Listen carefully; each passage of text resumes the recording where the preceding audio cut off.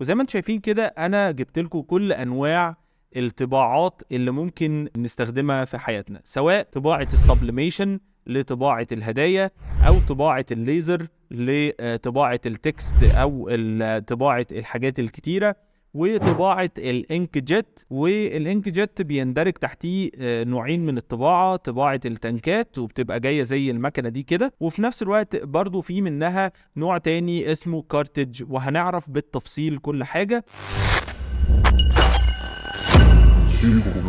اولا انت عشان خاطر تروح تشتري اي مكنة طباعة بالنسبة لك النهاردة، لازم تحدد المهام او الحاجات اللي انت عايز تطبعها دي هي عبارة عن ايه. فما تقولش مثلا انا عايز طبعة تبقى حلوة او طبعة تبقى كويسة للبيت.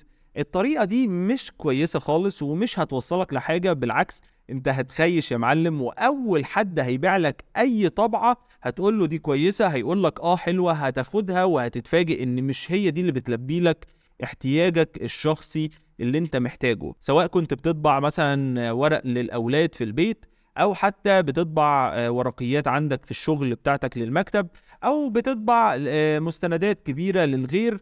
كل حاجة من الحاجات دي ليها نوع من أنواع الطباعة الخاص بيها. أول نوع للطباعة واللي أنا بحبه جدا جدا وهو طباعة الإنك جيت. طباعة الإنك جيت الهدف منها إنها تبقى بتعتمد على حبر سائل، وبتعمل نفث للحبر. نفث يعني بتفس الحبر كده، عارف الفشاشة؟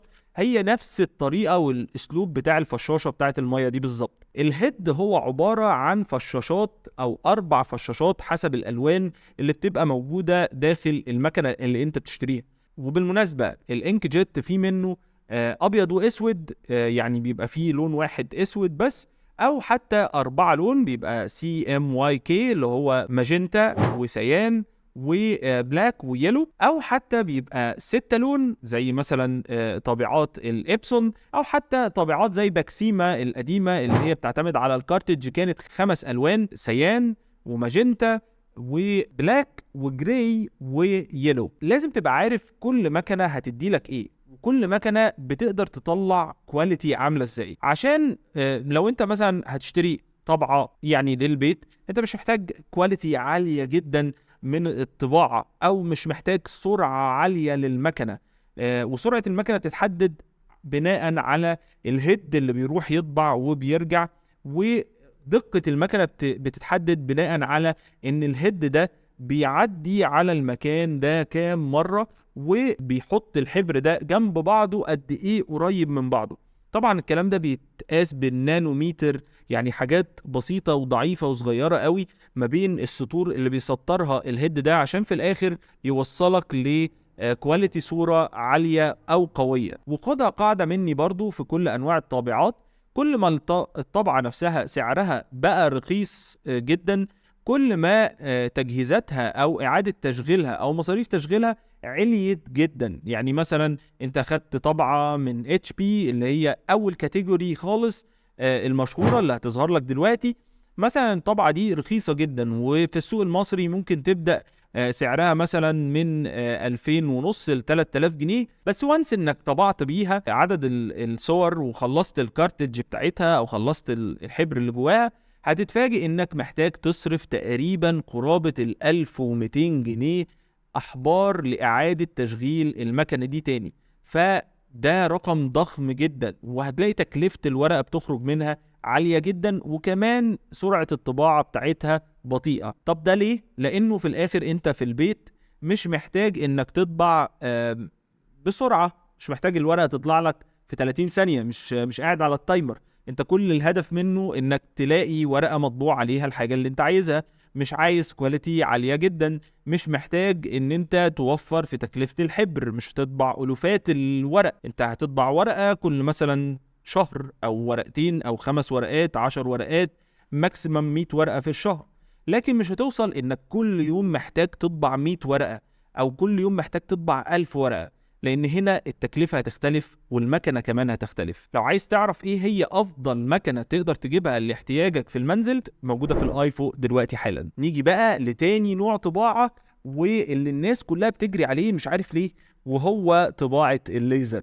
مع ان طباعة الليزر على فكرة طباعة مش مكلفة وبتوفر جدا في الأحبار وبتوفر جدا في مصاريف التشغيل، ولكن طباعة الليزر ليها حاجات كتيرة جدا انت محتاج تعرفها، زي مثلا انها بتعتمد على البودر، ما بتعتمدش خالص على السائل زي ما احنا ذكرنا قبل كده في طباعة الانك. الميكانيزم بتاعها جوه صعب جدا، هي فيها سخان وفيها حاجة اسمها درام وفيها البودر بتاع الحبر بتاعك او الكارتج تيونر، بيبقى اسمه تيونر بقى مش كارتج.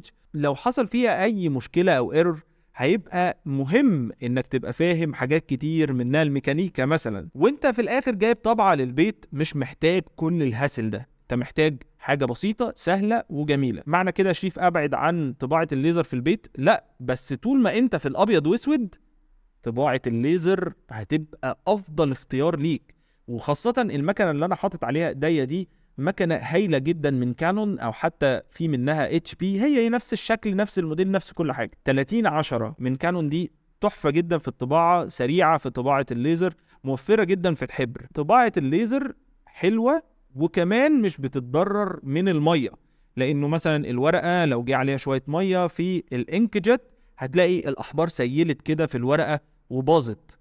لكن في الليزر لان هي عبارة عن بودر في الاول والاخر، وبتعتمد على تسخين الحبر دوت عشان يلزق في الورقة بتاعتك، فالليزر ممتاز جدا وبيحارب عوامل الجو. ولكن خلي بالك في نقطة مهمة جدا الحقيقة، انه الليزر مهما كان قوته عمره ما هيوصل لدقة الانكجت. فحط في بالك جدا ان انت لو هتجيب ليزر سواء ابيض واسود او الوان عمرك ما هتوصل للكواليتي اللي بتشوفها بتطلع من الاستوديوهات دايما بتطبع على الانكجت. نيجي بقى لثالث نوع من انواع الطباعة وهو طباعة السبليميشن. طباعة السبليميشن الحقيقة هي طباعة خاصة جدا، ممكن تبقى يعني ما اعتقدش انها تبقى موجودة قوي او مطلوبة في البيوت، لان هي طباعة الجيفاويز او الهدايا. ولو عايز تاخد يعني فكرة اعمق عن طباعة السبليميشن وازاي تقدر تكسب منها وتربح منها بشكل كويس جدا، ممكن اسيب لك الفيديو اللي بعنوان اطبع واكسب فلوس من طباعة المجات والتيشيرتات، وده كان معتمد على طباعة السبليميشن. في الفيديو ده هتلاقي فيه كل المعلومات اللي انت محتاج تعرفها عن طابعات سبليميشن. بس انا هنا في الفيديو ده محتاج اقول لك ان طباعة السبليميشن هي طباعة حرارية، اسمها الطباعة الحرارية في الاول والاخر. بتعتمد على ايه؟ بتعتمد على انك بتطبع ورقة وبعد كده تاخدها تحطها في مكبس. فلو انت بتطبع طباعة سبليميشن مش هتجيب مكنة الطباعة بس، لان مكنة الطباعة فقط مش هتغنيك عن انك تطلع في الاخر الفاينل برودكت او المنتج النهائي اللي المفروض تشوفه منها، سواء مج او تي شيرت او ميدالية او بتطبع على كريستال، بتطبع نياشين، اي حاجة معتمدة على طباعة بالحبر. ولكن بيجي معاها قطعة تانية وهي المكبس الحراري اللي بيقدر يخليك تقدر تكبس الورقة دي على المنتج النهائي اللي انت المفروض هتطبعه وتطلعه للعميل. في النهاية طباعة الانكجت هي طباعة تقدر تعتمد عليها في البيت، هي طباعة منزلية، او تقدر تعتمد عليها في طباعة البراويز الخاصة بيك عالية الدقة، او في الاستوديوز بتاعتك اللي بتنتج محتوى معتمد على دقة الصورة. لو انت في مكتب او بيزنس او حتى بتطبع او بتصور ورق او مستندات ليك او للغير، فطباعة الليزر هي افضل طابعات ممكن تفيدك في الطريقة دي. سريعة جدا، رخيصة جدا في مصاريف تشغيلها، ورخيصة جدا في سعر الورقة بتاعتها اللي بتخرج منها، وكمان هتحافظ لك على التكست بتاعك او الحاجة اللي انت بتطبعها من المية، وعمر الطبعة بتاعتها على الورق بيوصل لسنين كتير جدا من غير ما يتغير لونه او حتى يحصل له اي مشكلة حتى لو وقع عليه مية. لو انت بتفكر في طباعة الجيفاويز او عندك شركة محتاجة جيفاويز كتير باستمرار، فانت ملكش غير طباعة السبليميشن. وبكده نكون خلصنا التعرف على انواع الطباعة وازاي نستخدم كل نوع طباعة في الحاجة اللي احنا محتاجينها، بغض النظر سواء انا بقى هستخدمها في البيت او في المكتب عندي او حتى هعمل برنت هاوس خاص بيا. يا رب اكون فدتكم في الفيديو ده، ولو انت مهتم بالمحتوى ده ما تنساش تعمل سبسكرايب في الشانل وتفعل زرار الجرس، ولو عندك اي سؤال اكتبه في كومنت. وزي ما قلت لك لو عايز استشارة سريعة في مجال البرنترات استناك في الانستجرام، ابعت رسالة خاصة وهنقول لك تعمل ايه وازاي نقدر نتلاقى في زوم كول